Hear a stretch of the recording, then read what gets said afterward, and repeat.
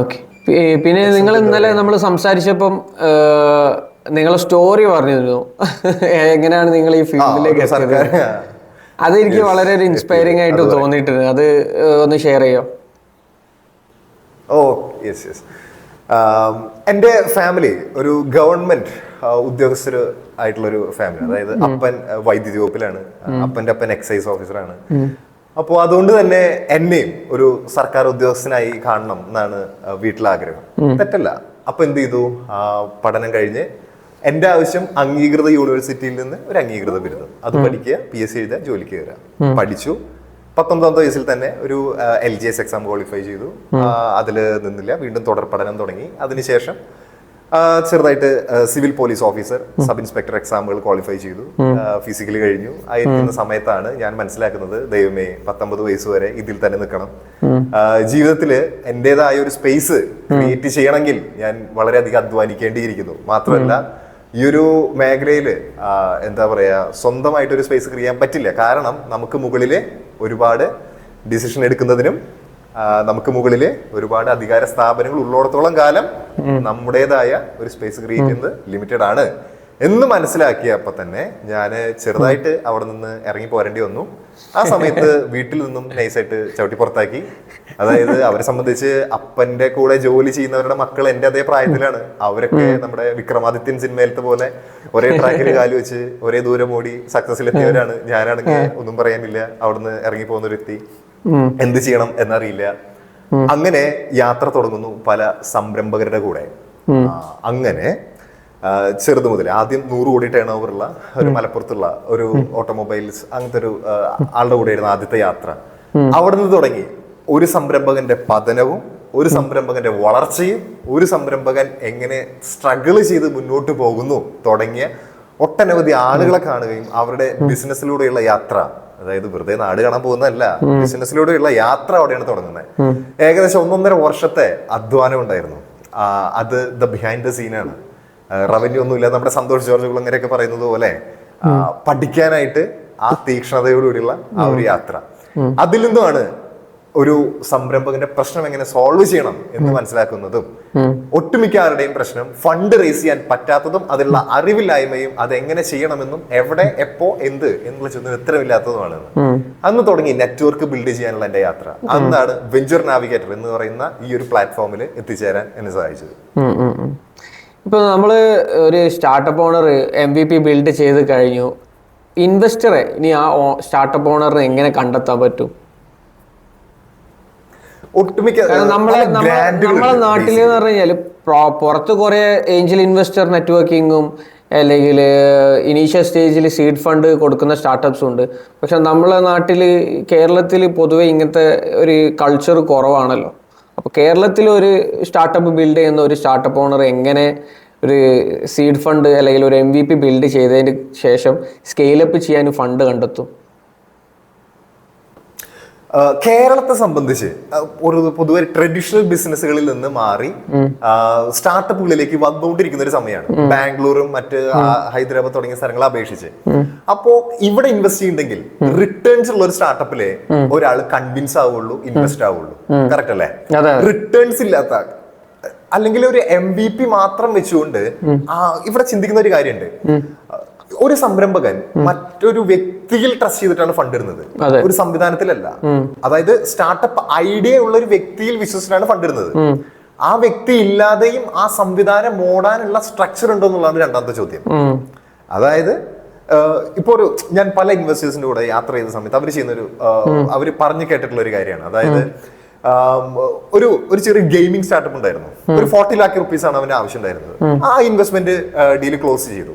അപ്പൊ ആ വ്യക്തി, ആ സംരംഭകൻ എന്റെ അടുത്ത് പറഞ്ഞു, അതായത് ആ ഇൻവെസ്റ്ററിന്റെ അടുത്ത് പറഞ്ഞൊരു കാര്യമുണ്ട്. അതായത് അവന് ആ സംവിധാനം 100% എഫേർട്ട് എടുത്ത് 100% സമയവും അവൻ ഇതിൽ തന്നെയാണ് കൊടുത്തിട്ടുള്ളത്. വേറൊരു പരിപാടി അവനില്ല. അപ്പൊ ഇത് തന്നെ അവൻ നോക്കി നടന്നോളൂ. മാത്രമല്ല ഇതിനെ കുറിച്ച് A to Z നോളജ് അവനുണ്ട്. മാത്രമല്ല ഇവന്റെ കയ്യില് ആ ഗെയിമിംഗ് ഡെവലപ്പ് ചെയ്യാനുള്ള കൂട്ടുകാര്, ഗെയിമിംഗ് ഡെവലപ്പ് ചെയ്യാനുള്ള നോളജും ഇവന് തന്നെയുണ്ട്. അപ്പോ വേറൊരു സ്റ്റാഫിനെ, വേറൊരു സംവിധാനത്തെ എനിക്ക് തപ്പിപ്പോണ്ട. അതായത് വേറൊരു പരിപാടിയോ വേറൊരു ജോലിയോ ഇവനില്ല. ഇവൻ 100% ഇവന്റെ സമയം കൊടുത്തിട്ടുള്ളത് ഇവന്റെ സ്റ്റാർട്ടപ്പ് ഡെവലപ്പ് ചെയ്യുന്നതിന് വേണ്ടിയിട്ടാണ് മാത്രമാണ്, ഒരു പയ്യനാണ്. ഉം. അപ്പോ സംരംഭം ചിന്തിക്കുന്ന ഒരു എലമെന്റ് എന്ന് പറഞ്ഞാല് ഇവൻ ഇത് ഇട്ട് പോയാലും അവൻ ഇത് ഇട്ടിട്ട് പോവോ എന്ന് പറയുന്ന ട്രസ്റ്റ് എന്ന് പറയുന്ന ഫാക്ടർ ഉണ്ടല്ലോ, അതൊരു വലിയ ഘടകമായിട്ട് എനിക്ക് തോന്നിയിട്ടുണ്ട്. അതായത് ഇവനില്ലാതെയും ഈ സംവിധാനം ഓടാവുന്ന ഒരു സംവിധാനം ഉണ്ടോ, അതല്ലെങ്കിൽ ഇവന് വിശ്വസിച്ച് ഫണ്ട് ഇട്ടിട്ടുണ്ടെങ്കിൽ ഇത് പോയാൽ. പല സംഭവം എന്റെ അടുത്ത് വന്നിട്ടുണ്ട്. അതായത് പാർട്ട്ണർഷിപ്പ്, ഇത് ബിസിനസിന്റെ കാര്യമാണ്. ഒരു പാർട്ട്ണർഷിപ്പ് ചെയ്തിട്ട് അത് എക്സിറ്റ് ചെയ്യുന്ന സമയത്ത് ആ പാർട്ട്ണർ ഫണ്ട് കൊണ്ടുപോയി. അപ്പൊ എക്സിറ്റ് ചെയ്യുന്ന സമയത്ത് എന്ത് ക്ലോസ് ആണ് വെക്കേണ്ടത്? ഇതൊരു സ്റ്റാർട്ടപ്പിലും ബാധകമാണ്. ഒരു ഇൻവെസ്റ്റ്മെന്റ് സമയത്ത് ഒരു എഗ്രിമെന്റ് വെക്കുന്ന സമയത്ത് എത്ര ഇട്ടു എന്നുള്ളതിനെ കുറിച്ച്, അത് എക്സിറ്റ് ചെയ്യുന്ന സമയത്ത് എങ്ങനെ ബാധിക്കണം എന്നുള്ളതും എഴുതേണ്ടത് വളരെ മഹത്തരമായ കാര്യമാണ്. അത് ഞാൻ മനസ്സിലാക്കിയെടുത്തോളം അത് പൊതുവെ അധികം പേരും ചെയ്യാറില്ല. നമുക്ക് ജസ്റ്റ് ഒരു സ്റ്റാർട്ടപ്പ് തുടങ്ങാം എന്നുള്ള രീതിയിൽ ഫ്രണ്ട്സ് അല്ലെങ്കിൽ ഫാമിലി റിലേറ്റീവ്സ് ആയിരിക്കുമല്ലോ മെയിനായിട്ട് ഇനീഷ്യൽ സ്റ്റേജസിൽ കമ്പനിയിൽ ഉണ്ടാവുക. അപ്പോൾ നമ്മൾ തമ്മിൽ പണത്തിന്റെ കണക്ക് വേണ്ട എന്നുള്ള രീതിയിൽ സ്റ്റാർട്ട് ചെയ്യും. ബട്ട് അറ്റ് ലാസ്റ്റ് അത് ഇഷ്യൂലേക്ക് എത്തും. അപ്പൊ ഞാൻ പൊതുവെ പറയാറ്, സ്റ്റാർട്ടപ്പ് നിങ്ങൾ ഫാമിലിയിലായാലും ഫ്രണ്ട്സിലായാലും തുടങ്ങുമ്പം ക്ലോസസും കാര്യങ്ങളും ആദ്യം തന്നെ മുൻപിലേക്ക് വെച്ച് കഴിഞ്ഞാൽ ഫ്യൂച്ചറിൽ അത് ഇഷ്യൂസ് വരാൻ ചാൻസസ് വളരെ കുറവായിരിക്കും. അതെ. വേറെ ഇതേ സംബന്ധിച്ച് ഇപ്പോ ഒരു IT കമ്പനി തുടങ്ങുന്നുണ്ട്, ഇതൊരു സ്റ്റാർട്ടപ്പ് ആണ്, ഇതിനെങ്ങനെ സ്റ്റാർട്ടപ്പ് ഫണ്ട് റേസ് ചെയ്യാം, ഇത് സ്റ്റാർട്ടപ്പ് മിഷനിൽ സമീപിച്ചിട്ട് കാര്യമുണ്ടോ എന്നൊക്കെ ഒരുപാട് എൻക്വയറി വരുന്നുണ്ടാവും. നിനക്കും വരുന്നുണ്ടോ? അപ്പോ ഇതൊരു സ്റ്റാർട്ടപ്പ് ആണോ, ഇതൊരു സ്റ്റാർട്ടപ്പ് ആണോ ബിസിനസ് ആണോ എന്നുള്ള ചിന്ത ആദ്യം അവർക്കില്ലാത്തതാണ്. IT കമ്പനി എന്ന് പറഞ്ഞു കഴിഞ്ഞാൽ വൈറ്റ് ലാബിലിംഗ് ചെയ്ത് കൊടുക്കുന്ന കമ്പനീസ് ആണോ ഉദ്ദേശിക്കുന്നത്? ഡിജിറ്റൽ മാർക്കറ്റിംഗ് വരുന്നുണ്ട്, സോഫ്റ്റ്വെയർ ഡെവലപ്മെന്റ് വരുന്നുണ്ട്, IT അങ്ങനെ ഒട്ടുമിക്കതും വരുന്നുണ്ട്. ഇവരൊക്കെ ചോദിച്ചത് ഞങ്ങളുടെ സ്റ്റാർട്ടപ്പ് അല്ലേ, അപ്പോ സ്റ്റാർട്ടപ്പിന് എങ്ങനെ സ്റ്റാർട്ടപ്പ് മിഷനായിട്ട് കണക്ട് ചെയ്ത് എങ്ങനെ ഫണ്ട് എടുക്കാം? സിമ്പിൾ ചോദ്യമാണ് അവർ ചോദിക്കുന്നത്. അപ്പൊ ഞാൻ ചോദിക്കും, ഓക്കെ ഇതെങ്ങനെ എക്സിറ്റ് ചെയ്യാനാണ് ഉദ്ദേശിക്കുന്നത്? സ്റ്റാർട്ടപ്പ് നിങ്ങൾ എങ്ങനെ എക്സിറ്റ് ചെയ്യാനോ? ഞാൻ ഇതിന് എക്സിറ്റ് ചെയ്യണം, ഞാൻ എക്സിറ്റ് ചെയ്യാൻ ഉദ്ദേശിക്കുന്നേ ഇല്ല, ഞാൻ മുന്നോട്ട് കൊണ്ടുവരാൻ ഉദ്ദേശിക്കുന്നത്. അതല്ലേ ശരി ചേട്ടാ, അപ്പോ ചേട്ടാ ഒരു കാര്യം ചെയ്ത് ആദ്യം പഠിച്ചിട്ട് വാ എന്ന് പറയേണ്ടി വരും. എക്സിറ്റ് ചെയ്യുന്നത് ഞാൻ പറഞ്ഞു കഴിഞ്ഞാൽ എക്സിറ്റ് ഒരു കമ്പനി ഒരു കമ്പനീൻ്റെ ഓണർ അത് അയാൾ ഒരു 40 ഇയേഴ്സിൻ്റെ എബവ് ആണ്, ആ കമ്പനി പീക്കിലാണ് നിൽക്കണമെങ്കിൽ ബെസ്റ്റ് ടൈം എക്സിറ്റ് ചെയ്യാൻ ആണ് ഞാൻ വിചാരിക്കുന്നത്. അതിനുശേഷം എല്ലാ ബിസിനസ്സിലും ഒരു വളർച്ചയുണ്ട്, ഒരു താഴ്ചയുണ്ട്. ഏത് ബിസിനസ്സും എപ്പോഴും മേലേക്ക് പോയിക്കൊണ്ടിരിക്കണം എന്നില്ല. അപ്പം ഞാൻ മനസ്സിലാക്കിയെടുത്തോളം 40 ഇയേഴ്സിന്റെ എബോവ് ആണ് ഏജ് വരുന്നെങ്കിൽ ബെസ്റ്റ് ടൈമാണ് ഒരു സ്റ്റാർട്ടപ്പിൽ നിന്ന് എക്സിറ്റ് ചെയ്യാനുള്ളത്, സ്റ്റാർട്ടപ്പ് ഓണറിന് എക്സിറ്റ് ചെയ്യാൻ. അപ്പോഴേ നിങ്ങൾക്ക് വെൽത്ത് ക്രിയേഷൻ ഉണ്ടാവുള്ളൂ, അല്ലാണ്ട് വർക്ക് ചെയ്തിട്ട് കാര്യമില്ല. അതെ അതെ അതെ അതെ. അറ്റ്ലാസ്റ്റ് എല്ലാ ബിസിനസ്സും സ്റ്റാർട്ട് ചെയ്യുന്നത് ഫിനാൻഷ്യൽ ഫ്രീഡത്തിനല്ലേ. മാർക്കറ്റില് വേറെ സംഭവം, അതായത് 90% ആളുകളും സ്റ്റാർട്ടപ്പ് സ്റ്റാർട്ട് ചെയ്യുന്നത്, അതായത് ഡിഗ്രി കഴിഞ്ഞിരിക്കുന്ന ഇപ്പോഴത്തെ ചിന്ത ചേട്ടാ. അപ്പൊ ഒരുപാട് ഡിഗ്രി സ്റ്റുഡൻസ് തന്നെ വിളിക്കുന്നുണ്ട്, ചേട്ടൻ ഒരു ഐഡിയ ഉണ്ട്, ചേട്ടൻ ഒരു ഐഡിയ ഉണ്ട് എന്നൊക്കെ പറഞ്ഞിട്ട്. അവർക്ക് പുതിയ ആശയങ്ങൾ വന്ന് തുടങ്ങിയിട്ടുണ്ട്, അത് ഇംപ്ലിമെന്റ് ചെയ്യാൻ അവർക്കൊരു എക്സ്പീരിയൻസ് കിട്ടുക വേണ്ടു, പല സ്റ്റാർട്ടപ്പുകളുടെ വർക്ക് ചെയ്തിട്ട് അതെങ്ങനെ ഡീൽ ചെയ്യാന്നുള്ളത്. അതല്ലാതെ ഒരു 25 വയസ്സിന് മുകളിലുള്ളവർ ജോലി ചെയ്തുകൊണ്ടിരിക്കുന്നവരാണ് പല മേഖലകളില്. ആ ജോലിക്കിടയിലാണ് അവർ ഈ ചിന്ത കൊണ്ടുവരുന്നത്, ഇത് ചെയ്യണം എന്നുള്ളത്.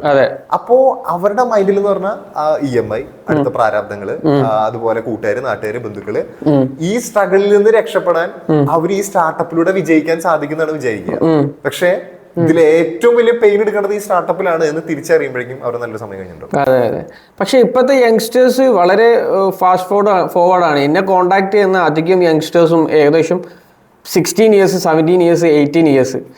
ഫോർ എക്സാമ്പിൾ പറയുകയാണെങ്കിൽ എൻ്റെ ഇപ്പോൾ വീഡിയോ എഡിറ്റ് ചെയ്യുന്ന അനിത്ത് എന്ന് പറഞ്ഞ ആളുണ്ട്, 19 വയസ്സായിട്ടുള്ളൂ.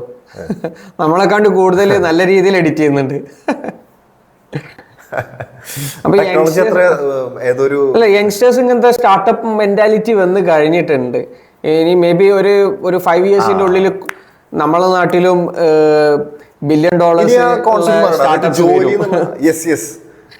ജോലി ചെയ്താൽ മാത്രമേ ജീവിക്കാൻ പറ്റുള്ളൂ എന്നുള്ള കോൺസെപ്റ്റ് ഒക്കെ പതുക്കെ മാറി തുടങ്ങും.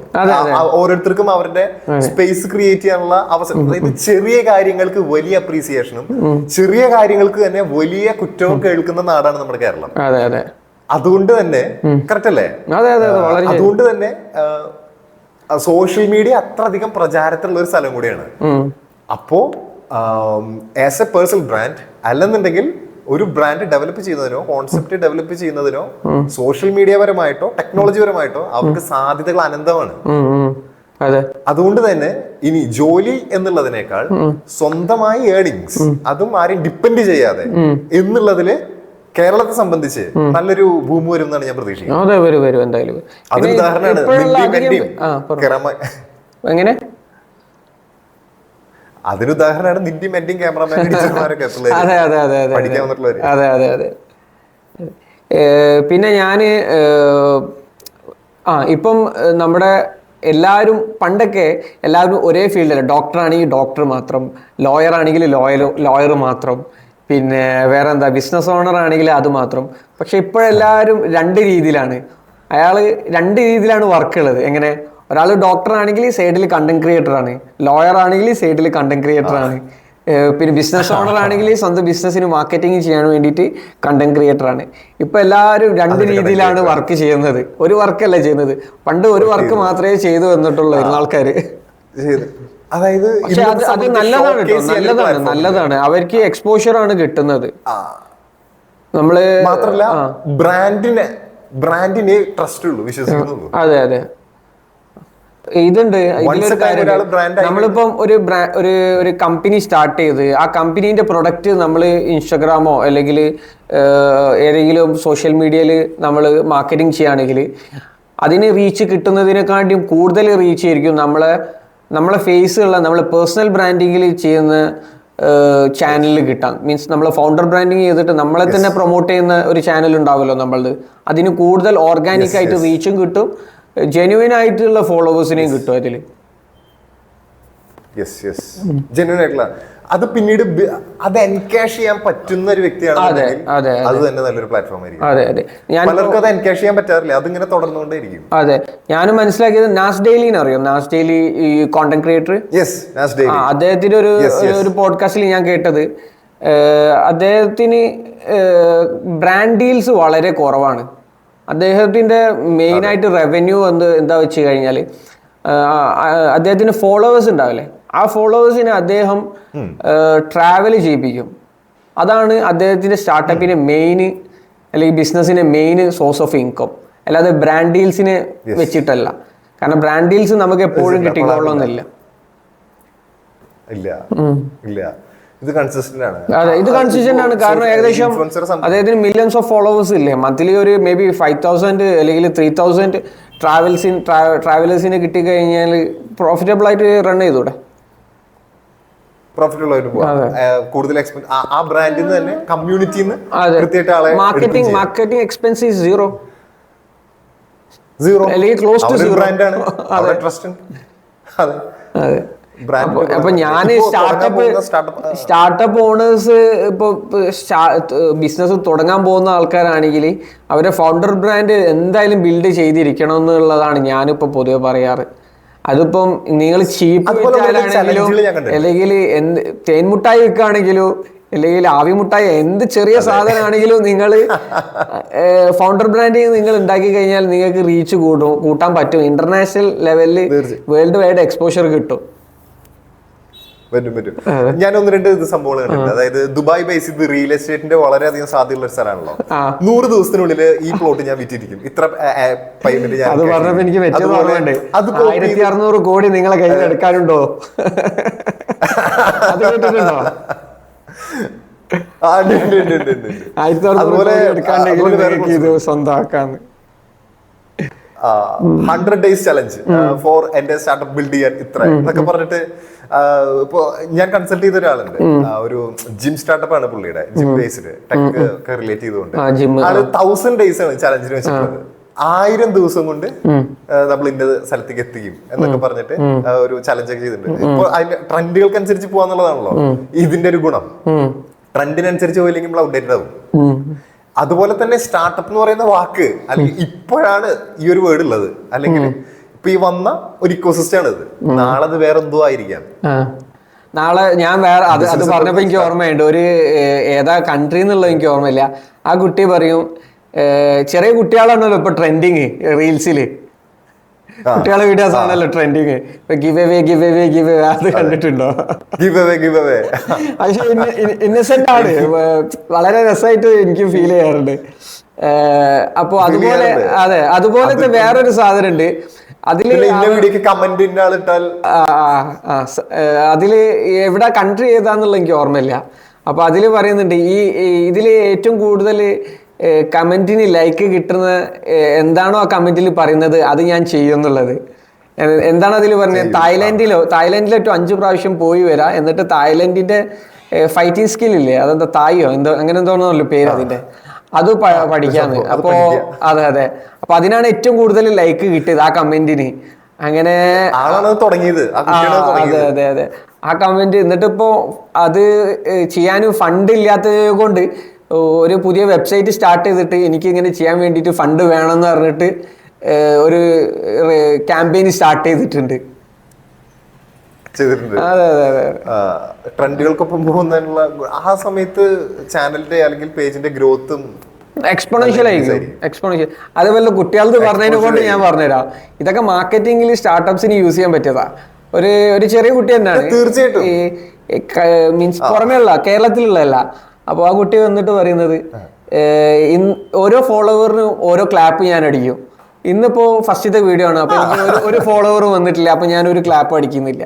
നെക്സ്റ്റ് ഡേ 15 ഫോളോവേഴ്സ്, അതിന്റെ നെക്സ്റ്റ് ഡേ 500 ഫോളോവേഴ്സ്, അതിന് നെക്സ്റ്റ് ഡേ 50,000 ഒക്കെ ക്ലാപ്പ് അടിച്ച്. ഇപ്പൊ ഏകദേശം 100,000 300,000 മേലിട്ട് ഫോളോവേഴ്സ് ആയി. ആകെ 10 വീഡിയോസോ 15 വീഡിയോസോ ഇട്ടിട്ടുള്ളൂ. അപ്പം ഇന്നോവേറ്റീവ് അല്ല, അല്ലെങ്കിൽ റിലേറ്റബിൾ, ബേസിക് ആയിട്ട് ഹ്യൂമൻ ഇമോഷൻസ് നമുക്ക് പറഞ്ഞ കോൺസെപ്റ്റ് ഉണ്ടല്ലോ. അതായത് ഒരു സ്റ്റാർട്ടപ്പ് ഫൗണ്ടറെ സംബന്ധിച്ച് അവൻ കൃത്യമായിട്ടൊരു പേഴ്സണൽ ബ്രാൻഡ് ക്രിയേറ്റ് ചെയ്യുകയും അവന്റെ എന്താണോ സംവിധാനം, പ്രൊഡക്റ്റോ സർവീസോ, അതിനെക്കുറിച്ചും ഈ ഒരു സോഷ്യൽ മീഡിയ പ്ലാറ്റ്ഫോമിലൂടെ അല്ലെങ്കിൽ ഏത് മാധ്യമത്തിലൂടെയോ അത് റീച്ച് കൊണ്ടുവരാൻ സാധിച്ചെങ്കിൽ അത് മാർക്കറ്റിംഗ് എക്സ്പെൻസ് കുറച്ച് വളരെ ഭംഗിയായി സംവിധാനം മുന്നോട്ട് കൊണ്ടുപോകാം എന്നുള്ളതല്ലേ. ഞാൻ പറഞ്ഞു മിനിമം വയബിൾ നിങ്ങൾ പ്രൊഡക്റ്റ് എടുക്കുകയാണെങ്കിൽ നിങ്ങൾ ആരോട് പറയാതെ നിന്ന് കഴിഞ്ഞാൽ നിങ്ങൾക്ക് എക്സ്പാൻഡ് ചെയ്യാൻ പറ്റില്ല. നിങ്ങളത് സോഷ്യൽ മീഡിയയിൽ നിങ്ങളെ പ്രൊഡക്റ്റിനെ കുറിച്ചിട്ട് ഇട്ട് കഴിഞ്ഞാൽ അതിനെക്കുറിച്ചിട്ട് താല്പര്യമുള്ള ആൾക്കാർ ഓട്ടോമാറ്റിക്കലി നിങ്ങളെ പ്രൊഡക്റ്റ് സർവീസോ പർച്ചേസ് ചെയ്തിട്ട് പെയ്ഡായിട്ട് വേണമെങ്കിൽ നിങ്ങളെ മിനിമം വയബിൾ പ്രൊഡക്റ്റ് പർച്ചേസ് ചെയ്തിട്ട് അത് യൂസ് ചെയ്തിട്ട് അതിന്റെ റിവ്യൂ നിങ്ങൾക്ക് തരും. ജെന്യുവൻ ആയിട്ടുള്ള ആൾക്കാരുണ്ട്, തരും. യെസ്, ഉണ്ട്. അവിടെ വേറൊരു പ്രശ്നം ഞാൻ കണ്ടിട്ടുള്ളത് എന്താ വെച്ചാൽ, പലർക്കും ഇതിനുള്ള ഒന്ന് സമയം, 2 ഇതിനു വേണ്ടി മൈൻഡ് തയ്യാറായിട്ടിരിക്കുക. ഇത് രണ്ടും കൂടെ സാധ്യമായിട്ട് വരുന്നവരെ ഈ ഒരു സംഭവം ചെയ്യാൻ പറ്റുള്ളൂ. അതായത് ഇത് ഡെവലപ്പ് ചെയ്യാൻ വേണ്ടി ഓടുന്നവരുണ്ട്. പലരായിട്ട് സംസാരിച്ച് ഇത് ചെയ്താൽ ശരിയാവോ, ചിലർക്ക് അറിവ് കുറവാണ്. രണ്ടാമത്തത് ഇത് ചെയ്താൽ ശരിയാവോ എന്നുള്ളതാണ്. മൂന്നാമത്തത് ഇതെന്റെ ബ്രാൻഡിനെ കോപ്പി ചെയ്യോ ആരെങ്കിലും, അല്ലെങ്കിൽ ഇത് എന്റെ സംവിധാനത്തിന് ദോഷം ചെയ്യോ, ഈ ചോദ്യങ്ങളാണ് മനസ്സിൽ കിടന്ന് പ്രശ്നം ഉണ്ടാക്കുന്നവര് ചെയ്യാതെ പോകുന്നത്. ഇല്ല, അത് അവരുടെ തോന്നലാണ്. ഈ സെയിം ഐഡിയാസ് എത്ര പേർക്ക് ഉണ്ടാവും? ഞാൻ പറഞ്ഞില്ലേ, എക്സിക്യൂഷനിലാണ് കാര്യം. നിങ്ങളുടെ ഐഡിയ അത്രക്കും യുണീക്ക് ആണെങ്കിൽ, അല്ലെങ്കിൽ നിങ്ങൾ എന്തെങ്കിലും പ്രോപ്പർ ആയിട്ട് ഡിസൈന് നിങ്ങളുടെ വളരെ യുണീക്ക് ആണെങ്കിൽ നിങ്ങൾ പേറ്റന്റ് എടുക്കൂ. പേറ്റന്റ് എടുക്കുകയാണെങ്കിൽ അത് മറ്റുള്ളവർക്ക് റെപ്ലിക്കേറ്റ് ചെയ്യൽ വളരെ ബുദ്ധിമുട്ടായിരിക്കുമല്ലോ. അതെ, ഡിസൈൻ പേറ്റന്റ് എടുക്കാനുള്ള ഓപ്ഷൻ ഉണ്ടെന്നാ തോന്നുന്നത് ഇപ്പോ. ഒരു സ്റ്റാർട്ടപ്പ് സീറോന്ന് സ്ക്രാച്ചിൽ എങ്ങനെ ഡെവലപ്പ് ചെയ്യുന്നുള്ള ഞാനൊരു സ്റ്റോറി പലയിടത്തും പറയാറുണ്ട്. ഞാൻ ജസ്റ്റ് ഒന്ന് പറയാം. പലർക്കും ചിലപ്പോൾ അതൊരു വേറെ, അതായത് ഒരു നാളികേരം ഇടുന്നൊരു വെറുതെ ഒരാള്, അയാള് വെറുതെ എറണാകുളം സിറ്റി എടുത്തോ, ആ സിറ്റിയിൽ വെറുതെ പോകുന്ന ഒരാൾ. ഒരു ദിവസം അയാള് ഒരു 10-20 സ്ഥലങ്ങളിൽ പോയിട്ട് വെറുതെ നാളികേരം ഇടുകയാണ്. ആ സ്ഥലങ്ങളിലെ ആ 20 വീടുകളുടെയും ഫോൺ നമ്പർ, പേര്, ആ ഒരു ഡാറ്റ, എത്ര തെങ്ങുണ്ട് എന്നുള്ളത് അയാൾ പുസ്തകത്തിൽ എഴുതി വയ്ക്കുന്നു. അതിനുശേഷം അടുത്ത ഒരു 20 വീട് പിറ്റത്തെ ദിവസം പോകുന്നു. അങ്ങനെ ഒരു ഏരിയ അയാൾ മാർക്ക് ചെയ്ത് ഒരു പ്രത്യേക കാലയളവില് വളരെ ചുരുങ്ങിയ കാലയളവിൽ ആ സ്ഥലം മൊത്തം കവർ ചെയ്ത് ആ ഡാറ്റ മൊത്തം പുള്ളി കളക്ട് ചെയ്യുന്നു. അതോടെ തന്നെ പുള്ളിയുടെ കോൺടാക്ട് നമ്പറും അവർക്ക് കൊടുക്കുകയാണ്, ആവശ്യമുണ്ടെങ്കിൽ വിളിക്കുക എന്ന് പറഞ്ഞു. ഒരു കോൺസെപ്റ്റിന്റെ തുടക്കമാണ്. അങ്ങനെ അയാൾ എന്ത് ചെയ്യുന്നു, പല സ്ഥലങ്ങളിൽ നിന്നായിട്ട് കോള് വരുന്നു. അയാൾ ആദ്യം ഓരോ സ്ഥലങ്ങളിലായിട്ട് ചെല്ലുന്ന സമയത്ത് വീണ്ടും കോളുകൾ വരുന്നുണ്ട്, പക്ഷെ അറ്റൻഡ് ചെയ്യാനോ എടുക്കാനോ അയാൾക്ക് പറ്റുന്നില്ല. അതായത് കോൺസെപ്റ്റ് തുടങ്ങി, പ്രശ്നവും തുടങ്ങി. മനസ്സിലായി? അപ്പൊ എല്ലായിടത്തും എത്താൻ പറ്റുന്നില്ല, പല കോളുകൾ എടുക്കാൻ പറ്റുന്നില്ല. അപ്പൊ പുള്ളി എന്ത് ചെയ്യാണ്, വീണ്ടും ഈ കോളുകൾ രാവിലെ വന്നിരുന്ന് സോർട്ട് ചെയ്യാന്ന് വിചാരിക്കാം. എല്ലാവരും ഈ പോകുന്ന വീടുകളൊക്കെ പറയുന്നു രാവിലെ ഇത്ര സമയം മുതൽ ഇത്ര സമയം വരെയാണ് ബുക്ക് ചെയ്യാൻ പറ്റുക, ആ ബുക്ക് ചെയ്യുന്നിടത്തെ അന്ന് പോവുള്ളൂ എന്ന് പറയുന്നു. അല്ലാത്ത ദിവസം പിറ്റത്തെ ദിവസം സ്ലോട്ട് അനുവദിക്കാന്ന് പറയുന്നു. അങ്ങനെ അയാൾ ഒരു പുസ്തകം എടുത്തിട്ട് രാവിലെ കോളുകൾ അറേഞ്ച് ചെയ്യുന്നു, അത് എഴുതി വെക്കുന്നു. എന്നിട്ട് അയാൾ പോകുന്നു. അപ്പൊ അയാൾക്ക് നേരിടുന്ന പ്രശ്നം എന്ന് പറഞ്ഞാൽ ദൂരദൈർഘ്യം സമയമാണ്. ഒരു കോള് തെക്കുന്നതാണെങ്കിൽ മറ്റേ കോള് വടക്കുന്നതാണ്, വേറൊരു കോള് കിഴക്കുന്നതാണ്. അപ്പൊ പല സ്ഥലങ്ങളിലായിട്ട് പോകാൻ പറ്റുന്നില്ല. അപ്പോ അടുത്ത പ്രോബ്ലത്തിന് സൊല്യൂഷൻ കൊണ്ടുവന്നു, വീണ്ടും അടുത്ത പ്രോബ്ലം വന്നു. അപ്പൊ അയാൾ അതിനൊരു സൊല്യൂഷൻ കാണുകയാണ്. രാവിലെ വരുന്ന കോളുകൾ സോർട്ട് ചെയ്യാൻ ഇരിക്കുകയാണ്. അതായത് ഇന്ന സ്ഥലത്ത് നിന്ന് ആദ്യം പോവാ, രണ്ടാമത്തത് ഇന്ന സ്ഥലത്ത് പോവാ, മൂന്നാമത് ഇന്ന സ്ഥലത്ത് പോവാ. അങ്ങനെ 3 സ്ഥലങ്ങളിലേക്കും പോയിക്കൊണ്ട് നടന്ന് എത്താൻ പറ്റാണ്ടാവുമ്പോൾ ഇതുവരെ കിട്ടിയ പണത്തിൽ നിന്ന് അയാള് സൈക്കിളിൽ റീഇൻവെസ്റ്റ് ചെയ്യാണ്. ഒരു സൈക്കിൾ മേടിക്കാൻ അയാൾ നടന്നു പോകാൻ എത്താത്തതുകൊണ്ട്. അപ്പൊ കുറച്ചുകൂടെ കൂടുതൽ വീട് കയറാൻ പറ്റും. അങ്ങനെ കുറച്ചുകൂടെ കൂടുതൽ വീട് ഓരോ സ്റ്റെപ്പ് ബൈ സ്റ്റെപ്പ് ആണ് ഈ പറയുന്നത്. അങ്ങനെ അയാൾ ഇപ്പൊ ഇൻവെസ്റ്റ്മെന്റ് ഇതിന് ശേഷമാണ് വരുന്നത്. അത് അസറ്റിലാണ് ഇൻവെസ്റ്റ് ചെയ്തിട്ടുള്ളത്. അപ്പോഴാണെങ്കിൽ എൻകാഷ് ചെയ്യാവുന്ന ഒരു സാധനവും കൂടെ. അങ്ങനെ ഇയാൾ സൈക്കിൾ മേടിച്ചിട്ട് രാവിലെ വരുന്ന കോളുകൾ വീണ്ടും സോർട്ട് ചെയ്യുന്നു, സ്ഥലങ്ങൾ പോകുന്നു. അങ്ങനെ സൈക്കിളില് പോയി നാളികേരമൊക്കെ ഇടുന്ന സമയത്ത് അയാൾ പുതിയതായിട്ട് ചിന്തിക്കുന്നു, എല്ലാ വീടുകളിലും തെങ്ങ് മാത്രമല്ല മറ്റ് സാധനങ്ങൾ വെക്കാനുള്ള സ്ഥലമുണ്ട്, മാവും ഉണ്ട്, വേറെയും പ്ലാവ് മാവ് സാധനങ്ങളൊക്കെ ഉണ്ട്. പല പോകുന്ന വഴിക്കാണ് പലരും പറയുന്നത് ആ തെങ്ങൊന്ന് മുറിച്ച് കളഞ്ഞാൽ ഉപകാരമായി, ചിലര് വീട് കിടക്കുന്ന തെങ്ങ് അതൊന്ന് മാറ്റിയിട്ടല്ല നന്നായി, ചില തെങ്ങുമ്മ കരിക്ക് വേണ്ടവരുണ്ട്, ചിലതുമ്മ പൂക്കുല മാത്രം വേണ്ടവരുണ്ട്. അങ്ങനെ പല ആശയങ്ങൾ ഇയാൾ കേൾക്കുകയാണ്. അപ്പൊ ഇതെല്ലാം എങ്ങനെ സാധ്യതയാക്കാം എന്നാണ് ഈ സംരംഭകൻ ചിന്തിക്കുന്നത്. ഇത് നിങ്ങൾ നിങ്ങളുടെ പ്രൊഡക്റ്റിൽ മൈൻഡിൽ ചിന്തിക്കുക. അപ്പൊ ഇയാൾ വീട്ടിൽ വന്നിരിക്കുന്നു, വീണ്ടും റീവർക്ക് ചെയ്യുന്നു. അപ്പൊ ഇയാൾ മനസ്സിലാക്കുകയാണ് എനിക്ക് ഒറ്റയ്ക്ക് എല്ലായിടത്തേക്ക് പോകാൻ പറ്റില്ല. അയാള് ഒരു തെങ്ങ് കയറ്റക്കാരനെയും കൂടെ ഹയർ ചെയ്യാണ്. എന്നിട്ട് ഇയാൾ നേരെ എന്ത് ചെയ്യുന്നു, ഒരു മരം വെട്ടുകാരനെ സമീപിക്കുകയാണ്. എന്നിട്ട് പറയുന്നു ഞാൻ താങ്കൾക്ക് ലീഡ്സ് തരാം, അതായത് മരം മുറിക്കാനുള്ളതും അതുപോലെ തെങ്ങ് ആവശ്യമുള്ളതും തടികളും ഞാൻ കണക്ട് ചെയ്ത് തരാം, എനിക്ക് അതിൽ നിന്നൊരു വിഹിതം. രണ്ടാമത്തത് ഈ പറയുന്ന പൂക്കുല ആഗ്രഹമുള്ളവരും കരിക്ക് വിൽക്കുന്ന ആളുകളുമായിട്ട് സമീപിക്കുകയാണ്. ഒരു ദിവസം ലീവ് എടുത്ത് സൈക്കിളുമ്മ പോയിട്ട് എന്നിട്ട് അയാൾ കരിക്കില് 10 പേരെ കണക്ട് ചെയ്യുമ്പോഴാണ് ഒരാള് ബില്ലിംഗ് ആവുക. കരിക്കുകാരന് വേണ്ട കരിക്കുകൾ, നാടൻ കരിക്ക് ഇത്ര എണ്ണം ഞാൻ സപ്ലൈ ചെയ്യാം, അത് നിങ്ങൾ വന്ന് എടുക്കണം, എനിക്ക് 1 rupees വെച്ച് തന്നാൽ മതി, ഞാൻ ഇൻഫർമേഷൻ നിങ്ങൾക്ക് വാട്സ്ആപ്പ് ത്രൂ അയച്ചു തരാം. അങ്ങനെ മറ്റേ കുരുത്തോല അല്ലെങ്കിൽ ഓല ആവശ്യമുള്ളവരുടെ അടുത്തും അങ്ങനെയും കണക്ട് ചെയ്യുന്നു. അങ്ങനെ അസോസിയേറ്റ് ചെയ്തിട്ടുള്ള പാർട്ട്നേഴ്സിനെ റെഡിയാക്കി വെക്കുന്നു. അതിനുശേഷം ഇയാള് വീണ്ടും ഈ തെങ്ങ് കയറാൻ പോകുമ്പോൾ ഈ അസിസ്റ്റന്റിനെയും കൂടെ വിളിച്ചിട്ട് പോകുന്നു. അസിസ്റ്റന്റിനെ വിളിച്ചിട്ട് പോകുന്ന സമയത്ത് റൂട്ട് മനസ്സിലാക്കാൻ വേണ്ടി അയാളെ റൂട്ടുകൾ പഠിപ്പിക്കുന്നു. അവർ ചോദിക്കുന്ന ചോദ്യങ്ങൾ ഇന്നതാണ്, അതിന് ഇന്ന രീതിയിൽ മറുപടി പറയണം, ഇന്നതാണ് അവരുടെ ആവശ്യം, അത് ഇന്ന രീതിയിൽ സോൾവ് ചെയ്യണം എന്ന് പറഞ്ഞ് മനസ്സിലാക്കുന്നു. അതിനുശേഷം ഈ സൈക്കിൾ ഇയാൾക്ക് കൊടുത്തിട്ട് നേരെ എന്ത് ചെയ്യുന്നു, പഞ്ചായത്തിലോ വില്ലേജിലോ അല്ലെങ്കിൽ എവിടെയെങ്കിലും ചെന്ന് അഗ്രികൾച്ചർ സ്ഥലത്ത് ചെന്നിട്ട് കുറച്ച് തൈകളും വിത്തുകളൊക്കെ മേടിക്കുന്നു. മാവിന്റെ തൈ, അങ്ങനെ മീൻസ് സങ്കരയിനം വിത്തുകളൊക്കെ മേടിക്കുന്നു. എന്നിട്ട് പുതിയ പാക്കേജ് തയ്യാറാക്കുന്നു. ഓരോ വീടുകളിലും ചെല്ലുമ്പോൾ തെങ്ങ് കയറുന്നതിന് കൂടെ ഈ പാക്കേജും കൂടെ അവതരിപ്പിക്കാം. അതായത് നിങ്ങൾക്ക് വേണമെങ്കിൽ ഇത്രയും സ്ഥലമുണ്ട്, നല്ല മണ്ണാണ്, നിങ്ങൾക്ക് വേണമെങ്കിൽ മാവ് നട്ട് നോക്കാം, അത് കുറച്ചുകൂടി നന്നാവും. അപ്പൊ ഇത്രയും നാള് വന്നു പോയതിന്റെ ക്രെഡിബിലിറ്റി ഉണ്ട്, ട്രസ്റ്റും ഉണ്ട് ഈ തെങ്ങേറ്റക്കാരന്. ഇയാൾ എന്ത് പറഞ്ഞാലും തള്ളിക്കളയില്ല. അപ്പോ ഇത് പുതിയ പ്രൊഡക്റ്റുകൾ അവിടെ വിൽക്കാം, പുതിയൊരു ഇൻകം സോഴ്സും കൂടി. അപ്പൊ എന്ത് ചെയ്യാണ്, ഈ വ്യക്തിക്ക് കോളുകൾ എടുക്കാൻ പറ്റാത്ത അത്ര രീതിയിൽ എൻക്വയറികൾ പല കാര്യങ്ങൾക്ക് വേണ്ടി വരികയാണ്. അപ്പൊ ഇയാള് ഒരു ടെലികോളറെ ഹയർ ചെയ്യാണ്. വീട്ടിലിരുന്ന് ജോലി ചെയ്യാം എന്ന് പറയുന്ന ഒരു പോസ്റ്റ് ഇടാണ്. അങ്ങനെ വീട്ടിലിരുന്ന് സംസാരിക്കാനായിട്ട് പറ്റുന്ന ഒരു ലേഡിയെ ഹയർ ചെയ്യുന്നു. അങ്ങനെ ഒരു ലേഡിയെ എടുത്തതിന് ശേഷം ആളുടെ അടുത്ത് പറയേണ്ട കാര്യങ്ങൾ പറഞ്ഞു പഠിപ്പിച്ച് കൃത്യം ചോദ്യാവലി തയ്യാറാക്കി കൊടുക്കുന്നു. ഇന്ന ചോദ്യത്തിന് ഇന്നെ റിപ്ലൈ, ഇന്നതാണ് നമ്മുടെ പ്രൊഡക്റ്റുകൾ, ഇന്നതാണ് പൈസ വരേണ്ടത് എന്ന് പറയുന്നു.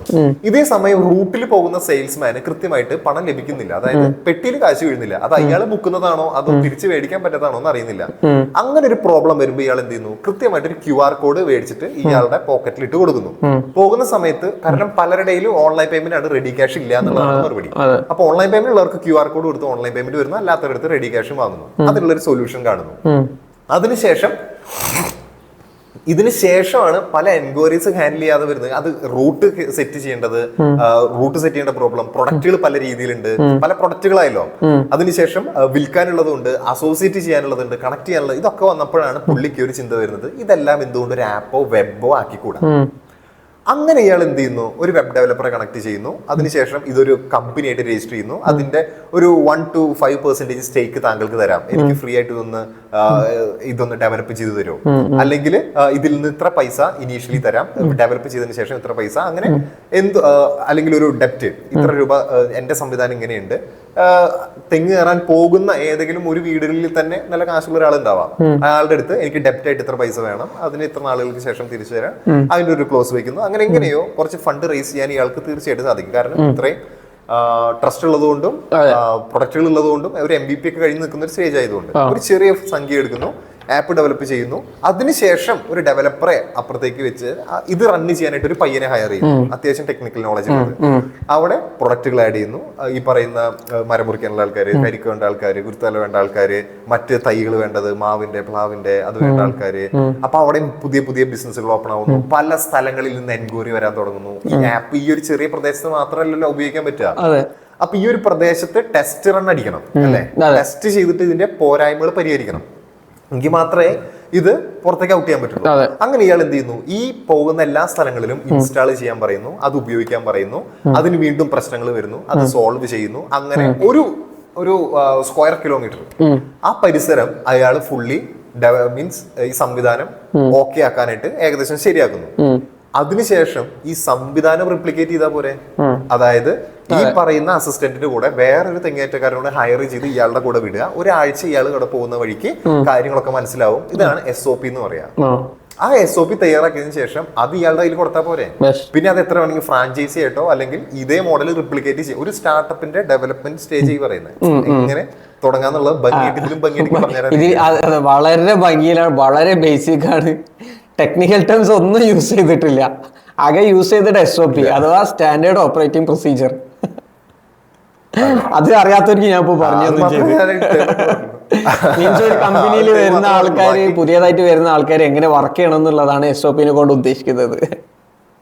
അല്ലെങ്കിൽ ഒരു കമ്പനി സ്വിച്ച് ഇടുന്നത് മുതലേ അത് ആര് ഓഫ് ചെയ്യണം, ആര് വെള്ളം കൊണ്ടുവന്ന് വെക്കണം, ആ വെള്ളം കഴിഞ്ഞിട്ടുണ്ടെങ്കിൽ മോണിറ്റർ ചെയ്യാനായിട്ടുള്ള ആര്, അതാണ് നമ്മുടെ ഒരു പ്രോപ്പർ ആയിട്ട് വർക്ക് ചെയ്യുന്ന ഒരു MNCയും പിന്നെ ചെറുകിട സ്ഥാപനമായിട്ട് വർക്ക് ചെയ്യുന്ന കമ്പനീസും തമ്മിലുള്ള വ്യത്യാസം. അതിന് ഓണർ ഇല്ലെങ്കിൽ പ്രോപ്പർ ആയിട്ട് അത് വർക്ക് ചെയ്യില്ല. കാരണം ഒരു SOP ഇല്ല ആ കമ്പനിക്ക്. മറ്റൊരു ഒരു MNC ആണെങ്കിൽ അതിന് പ്രോപ്പർ ആയിട്ടുള്ള SOP ഉണ്ടാവും. വേറൊരു സംഭവം കൂടെ ഉണ്ട്, അറിയാത്തൊരു കാര്യമുണ്ട്. അതായത് പല സ്റ്റാർട്ടപ്പുകൾ അല്ലെങ്കിൽ ബിസിനസ്സുകൾ ഫണ്ട് ഫ്ലോ വന്നിട്ടുണ്ടെങ്കിൽ ആ ഫണ്ട് ഡൈവേഴ്സിഫൈ ചെയ്യാൻ സാധ്യതയുണ്ട്. അതായത് ഇപ്പോ സെയിൽസ് വന്ന് പൈസ വരുമ്പോൾ ചിലപ്പോൾ അതിൽ നിന്ന് കാശെടുത്ത് എന്തെങ്കിലും കാര്യങ്ങൾ ചെയ്യാൻ നോക്കും. അതായത് ഇപ്പൊ ഞാനൊരു ടെക്സ്റ്റൈൽ ഇൻഡസ്ട്രിയിൽ ഒരു ടെക്സ്റ്റൈലുമായി ബന്ധപ്പെട്ട ഒരു 1500 സ്ക്വയർ ഫീറ്റ് ഉള്ള ഒരു 3 സ്ഥാപനങ്ങൾ അങ്ങനെ ചെയ്തിട്ടുണ്ടായിരുന്നു. അപ്പൊ അവരെ സംബന്ധിച്ച് അവർ വന്നൊരു പ്രോബ്ലം ഇതാണ്, അക്കൗണ്ടിൽ ക്യാഷ് വരുന്നുണ്ട് പക്ഷെ ക്യാഷ് ഇല്ല. അതെന്താന്ന് ചോദിക്കുമ്പോ വീട്ടിലേക്കുള്ള ചെലവ്, അങ്ങനെ ഓരോ കാര്യങ്ങൾ, ഇതിനൊക്കെ പെട്ടിന്ന് കാശെടുത്തിട്ടാണ് പോവുക. അപ്പോ അവിടെ പേയ്മെന്റിൽ മാത്രമല്ല, പർച്ചേസിന് പോയി ഏറ്റവും ലോ റേറ്റിന് ക്വാളിറ്റി ഉള്ള പ്രൊഡക്ട്സുകളാണല്ലോ പർച്ചേസ് ചെയ്യുക. പർച്ചേസ് ചെയ്ത് വന്ന് ആ പ്രൊഡക്റ്റ് സെല് ചെയ്യുമ്പോൾ പർച്ചേസ് ചെയ്ത എമൗണ്ട് എത്രയാണോ, 40 രൂപയ്ക്കാണ് പർച്ചേസ് ഉണ്ടെങ്കിൽ അവർ എന്ത് ചെയ്യും, ഒരു 50 രൂപ, ഒരു 70 രൂപ ഇട്ടിട്ട് ആ സാധനം വിൽക്കും. ചിന്തിക്കാത്ത കാര്യം എന്താ വെച്ചാൽ ഇവിടുന്ന് അങ്ങോട്ട് പോകാൻ ചെലവുണ്ട്, അവിടെ ഹോട്ടലിൽ താമസിക്കാൻ ചെലവുണ്ട്, ഫുഡിന്റെ ചെലവുണ്ട്, തുടങ്ങിയ എക്സ്പെൻസുകൾ ഒന്നും എന്ത് ചെയ്തിട്ടില്ല, അവർ ഇതിൽ ആഡ് ചെയ്തിട്ടില്ല. വിൽക്കുന്ന സമയത്ത് ഇതിന്റെ പ്രോഫിറ്റും കൂടെ ആഡ് ചെയ്തിട്ടാണ് സാധനം വിൽക്കാൻ. പ്രൊഡക്റ്റ് വിൽക്കുമ്പോ പ്രോഫിറ്റ് ഉണ്ട്, ഇത്ര പെർസെന്റേജ് പ്രോഫിറ്റ് ഉണ്ട്. പക്ഷെ ചെലവ് കാര്യങ്ങളൊക്കെ വന്ന് നോക്കുമ്പോ പെട്ടില് കാശില്ല. അപ്പോ ശ്രദ്ധിക്കാതെ പോകുന്ന ഒരു കാര്യമാണ്. അപ്പോ മാത്രല്ല, ഞാൻ പലപ്പോഴും ചിന്തിച്ചിട്ടുണ്ട് എന്തിനാണ് ഈ വലിയ വലിയ പ്രീമിയം ആളുകൾ ഇത്രയധികം ലക്ഷറി കാറുകൾ വാങ്ങുന്നത്. പക്ഷേ കമ്പനിയുടെ പേരിൽ കാർ എടുക്കുന്ന സമയത്ത് കമ്പനി എക്സ്പെൻസ് ആണ്, ടാക്സ് കൊടുക്കണ്ട. അതുപോലെ എന്തുകൊണ്ടാണ് ഹോട്ടൽസ് ഫുള്ളി ബുക്ക്ഡ് കാണിച്ച് ഒരാളെ പോലെ എൻട്രി ചെയ്യാത്തത്? പക്ഷെ ആ ബുക്ക്ഡ് ആണെന്നുണ്ടെങ്കിൽ അതിന്റെ ക്യാൻസലേഷൻ പോളിസി പ്രകാരം ബ്ലാക്ക് വൈറ്റ് ആണ്. അതുപോലെ അങ്ങനെ ഒട്ടനവധി ബിഹൈൻഡ് ദ സീൻസ് ഗെയിമുകളുണ്ട്. അതുകൊണ്ട് അവര് ഇൻവെസ്റ്റ് ചെയ്ത് ഡെവലപ്പ് ചെയ്തു, അത് അറിയാത്തവര് അത് കണ്ട് വാ പൊളിച്ചു നിൽക്കുന്നു. എന്തായാലും വളരെ യൂസ്ഫുൾ ആയിട്ടുള്ള കാര്യങ്ങളാണ് വിവേക് ഇന്ന് നമ്മോടൊപ്പം ഡിസ്കസ് ചെയ്തത്. സ്റ്റാർട്ടപ്പ് ഒരു പുതിയ സ്റ്റാർട്ടപ്പ് തുടങ്ങുന്ന ആൾക്ക് ഇൻവെസ്റ്റേഴ്സിനെ കണ്ട് എത്തിച്ചു കൊടുക്കാൻ ഈ വിവേകിന് സാധിക്കുന്നതാണ്. നിങ്ങൾക്ക് നിങ്ങളുടെ സ്റ്റാർട്ടപ്പിൽ ഇൻവെസ്റ്റേഴ്സിന് കിട്ടണമെങ്കിൽ നിങ്ങൾക്ക് വിവേകിനെ കോൺടാക്റ്റ് ചെയ്യാം. വിവേകിൻ്റെ ഡീറ്റെയിൽസ് ഞാൻ ഡിസ്ക്രിപ്ഷനിൽ ഇടുന്നുണ്ട്. വീഡിയോയിൽ അല്ലെങ്കിൽ നമ്മുടെ പോഡ്കാസ്റ്റിൽ വന്നതിന് വളരെ സന്തോഷമുണ്ട് വിവേക്. Thank U. നമ്മളെ വ്യൂവേഴ്സിന് എന്തെങ്കിലും പ്രത്യേകമായിട്ട് എന്തെങ്കിലും ടിപ്സോ കാര്യങ്ങളോ എന്തെങ്കിലും പറയാനുണ്ടോ? പറയാം. അതായത് അലയാൻ തയ്യാറായവനും പഠിക്കാൻ ഒരു കുട്ടിയെ പോലെ പഠിക്കാൻ തയ്യാറാവുക, നല്ല രീതിയിൽ അലയാൻ തയ്യാറാവുക, ഈ രണ്ട് വാക്കുകൾക്കൊരു പ്രത്യേകതയുണ്ട്. യെസ്, ഒരു ദിവസം കൊണ്ട് സൃഷ്ടിച്ചതല്ല നമ്മുടെ ഈ റോമ സാമ്രാജ്യം എന്ന് പറയുന്നത്. അതുപോലെ തന്നെ ഒരു ദിവസം കൊണ്ട് സ്റ്റാർട്ടപ്പ് ഒറ്റയടിക്ക് യൂണിക്കോൺ ആവണമെന്നും വാശി പിടിക്കാൻ പറ്റില്ല. അതിന് സ്റ്റെപ്പ് ബൈ സ്റ്റെപ്പ് പ്രൊസീജിയറുകളുണ്ട്. അപ്പൊ അതിനാണ് നിങ്ങൾ അലയണം എന്ന് പറയുന്നത്. അതായത് നിങ്ങളെ പോലെ തന്നെ ചിന്തകളുള്ള മറ്റ് സമാനമായ ആളുകളുണ്ട്. അവരെന്തുകൊണ്ട് അത് ചെയ്തില്ല, മറ്റുള്ളവർ എന്തുകൊണ്ട് ഇത് ഇംപ്ലിമെന്റ് ചെയ്തു, ഇത് പഠിക്കുന്നവർക്കാണ് നിങ്ങളുടെ ആദ്യത്തെ സ്റ്റെപ്പ് തുടങ്ങുന്നത്. അത് ഞാൻ പല സ്ഥലത്തും പറയുന്നതാണ്. സ്റ്റാർട്ടപ്പ് ഒരു എന്റർപ്രണർ ആണെങ്കിൽ എപ്പോഴും എന്ത് അറിയാത്ത കാര്യം പഠിക്കാനുള്ള ഒരു മെന്റാലിറ്റി ഉണ്ടാവണം. പിന്നെ വിവേക് ഇൻട്രസ്റ്റിംഗ് ആണ്. ഇത് എത്ര പേര് യോജിക്കുന്നു എന്ന് എനിക്കറിയില്ല. അതായത് ബിസിനസ് എന്ന് പറഞ്ഞാൽ റീഇൻവെസ്റ്റ് ചെയ്ത് ഡെവലപ്പ് ചെയ്ത് ട്രഡീഷണൽ ആയിട്ട് വർഷങ്ങളോളം ഇങ്ങനെ വന്ന് ഡെവലപ്പ് ചെയ്ത് വരുന്ന ഒരു കോൺസെപ്റ്റ് ആണ്. സ്റ്റാർട്ടപ്പ് എന്ന് പറഞ്ഞിട്ടുണ്ടെന്നുണ്ടെങ്കിൽ അത് നാട്ടുകാരിൽ നിന്ന് കാശെടുത്ത് നാട്ടുകാർക്ക് തന്നെ സാധനം വിറ്റ് ഇത് നാട്ടുകാർക്ക് വിറ്റ് അവരുടെ നിന്ന് കാശെടുത്ത് എക്സിറ്റ് ചെയ്യുന്ന പരിപാടിയാണ് ഈ സ്റ്റാർട്ടപ്പ്. കേട്ടിട്ടില്ലേ? അത് നല്ലൊരു പരിപാടിയല്ലേ. കാരണം അറ്റ്ലാസ്റ്റ് നമ്മള് നമ്മുടെ സൊസൈറ്റിയിൽ നിന്ന് എടുക്കുന്ന ക്യാഷ് സൊസൈറ്റിയിലേക്ക് തന്നെയാണ് ഇൻവെസ്റ്റ് ചെയ്യുന്നത്. മീൻസ് അവരെന്നാണ് ഇൻവെസ്റ്റ് ചെയ്യുന്നത്, അവരെന്നാണ് പ്രൊഡക്റ്റും പർച്ചേസ് ചെയ്യുന്നത്. അപ്പോൾ അതിന്റെ സൊസൈറ്റിയിൽ ഇൻവെസ്റ്റ് ചെയ്യുന്ന ആൾക്കാർക്ക് തന്നെയല്ലേ കിട്ടാം. അതിപ്പോ നമ്മളിപ്പോ MVP കാര്യം പറഞ്ഞല്ലോ, ഒരു സ്റ്റാർട്ടപ്പ് എങ്ങനെ ബിൽഡ് ചെയ്യാന്നുള്ളത്. ഇതിനിപ്പോ എനിക്കിപ്പോ ഓർമ്മ വന്നതാണ്. ഞാൻ എപ്പോഴും പറയുന്നതാണ്, നിങ്ങൾക്ക് ഒരു സ്റ്റാർട്ടപ്പ് എങ്ങനെ ബിൽഡ് ചെയ്യണം എന്നുള്ള പ്രോപ്പർ ആയിട്ടുള്ള step by step guide the lean startup എന്ന് പറഞ്ഞിട്ടുള്ള ഒരു ബുക്ക് ഉണ്ട്, എറിക് റീസ് ചെയ്തത്. വളരെ ഹെൽപ്ഫുൾ ആണ്. IT റിലേറ്റഡ് ആയിട്ടുള്ളതോ അല്ലെങ്കിൽ ഏറ്റവും അതിൽ എക്സ്പ്ലെയിൻ ചെയ്യുന്നത് IT റിലേറ്റഡ് ആയിട്ടുള്ള ഒരു സ്റ്റാർട്ടപ്പ് എങ്ങനെ ബിൽഡ് ചെയ്യാമെന്നാണ്. പക്ഷേ അതിൻ്റെ മെയിൻ ഹൈലൈറ്റ് പറഞ്ഞു കഴിഞ്ഞാൽ എങ്ങനെ ഒരു സ്റ്റാർട്ടപ്പ് നിങ്ങൾക്ക് സ്റ്റെപ്പ് ബൈ സ്റ്റെപ്പ്, ഇപ്പോൾ വിവേക് പറഞ്ഞില്ലേ മിനിമം വയബിൾ പ്രൊഡക്റ്റ് ഇറക്കിയിട്ട് മാർക്കറ്റ് ടെസ്റ്റ് നടത്തിയിട്ട് നമുക്ക് മുന്നോട്ടേക്ക് എങ്ങനെ കൊണ്ടുപോകാമെന്നുള്ളത്, അതിനെക്കുറിച്ചിട്ട് പ്രോപ്പറായിട്ട് അതിൽ പറയുന്നുണ്ട്. ആ ബുക്ക് വായിക്കുകയാണെങ്കിൽ വളരെ ഒരു സ്റ്റാർട്ടപ്പ് ഓണർ ആണെങ്കിൽ. അതായത് ഒരു സ്റ്റാർട്ടപ്പ് എന്റർപ്രണറിന്റെ മൈൻഡ് സെറ്റ് എന്ന് പറയുന്നത് ചെറിയ കാര്യമല്ല. മൈൻഡ് സെറ്റ് എങ്ങനെയാവണം എന്ന് വെച്ചിട്ടുണ്ടെന്നുണ്ടെങ്കിൽ നമ്മളിപ്പോ സ്റ്റാർട്ടപ്പ് ഒരിക്കലും തുടക്കത്തിൽ ലാഭത്തിലാവില്ല. 99% ലാഭത്തിലാവത്താണ് ചെയ്ത സ്റ്റാർട്ടപ്പ്. ആ സമയത്ത് ഇവൻ ഡൗൺ ആവും. മൈൻഡ് ഡൗൺ ആവുന്ന സമയത്ത് അവൻ കണക്ട് ചെയ്യുന്ന ആളുകളും അയ്യോ ദുരന്തത്തിലാണല്ലോ, ഞാനിപ്പിനി എന്താ ചെയ്യാ, സാരില്ലടാ എന്നൊക്കെ പറഞ്ഞ് അങ്ങനെയുള്ളവരടുത്തേക്ക് പോയാൽ വീണ്ടും നെഗറ്റീവിലേക്ക് പോകും. അതായത് ദ സീക്രട്ട് എന്ന് പറയുന്ന ഒരു പുസ്തകമുണ്ട്.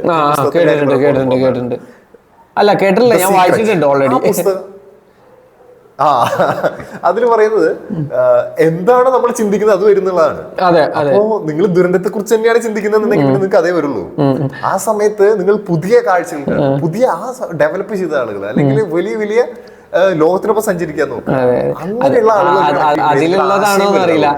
ഷാറുഖ് ഖാന്റെ ഓം ശാന്തി ഓം ഫിലിം ഉണ്ടല്ലോ, അതിൽ ഷാറുഖ് ഖാൻ പറയുന്നുണ്ടല്ലോ, നിങ്ങൾ എന്തിനെയാണ് ആഗ്രഹിക്കുന്നത് അത് നിങ്ങൾക്ക് തരാൻ വേണ്ടിയിട്ട് എല്ലാ വേൾഡ് ഫുള്ളും അതിനു വേണ്ടിയിട്ട് പ്രയത്നിക്കുന്നതാണ് പറയുന്നത്. എങ്ങനെ ലോകം തരാൻ തയ്യാറായി നിൽക്കുകയാണ്. അതെ അതെ, നിങ്ങൾ എന്താണ് ആഗ്രഹിക്കുന്നത് എന്നുള്ളതാണ്. ഓക്കെ, അപ്പം എന്തായാലും വളരെ വളരെ നന്ദി നമ്മുടെ പോഡ്കാസ്റ്റിൽ വന്നതിന്. ഈ പോഡ്കാസ്റ്റ് കാണുന്നവർക്ക് സ്റ്റാർട്ടപ്പ് എക്കോസിസ്റ്റത്തിൽ നിന്ന് ഫണ്ട് എങ്ങനെ റേസ് ചെയ്യുന്നത് എന്നതിനെ കുറിച്ചൊരു ധാരണ ആയിരിക്കും എന്ന് വിചാരിക്കുന്നു.